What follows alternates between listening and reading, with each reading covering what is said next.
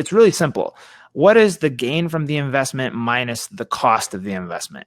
So this is another thing that like a lot of marketers don't really understand. They don't really get the full picture of like, how much is this costing?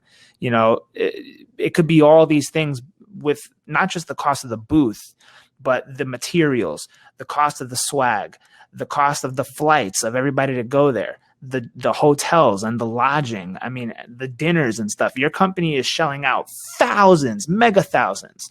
And if you have no way to quantify pipeline value as a result of that event, and none of that stuff even closes, if you've got a bunch of pipeline that maybe was inflated, but you've got zero closed one, well, then you just went negative 50K and you have nothing to show for it. And you didn't even think about what the brand metrics were behind that. So you can't even say that it was a brand win because you didn't think about that. So we're going to show you how to get around all this stuff.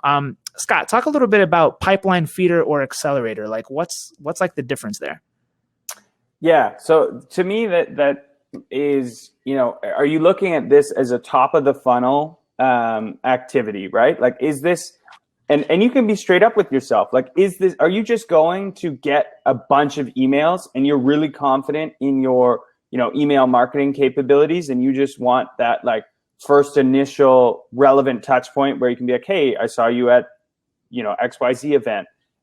For me, so that is a pipeline feeder. That's just, we're going for mass. We're going for as many leads as humanly possible. And then for me, an accelerator means, you know, maybe these are deals that are already, you know, in the pipeline, and you're trying to push those along further. And that's where sometimes the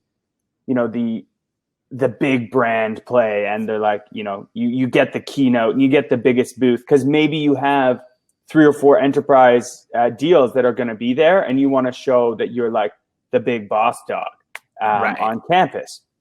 So that's what that means to me.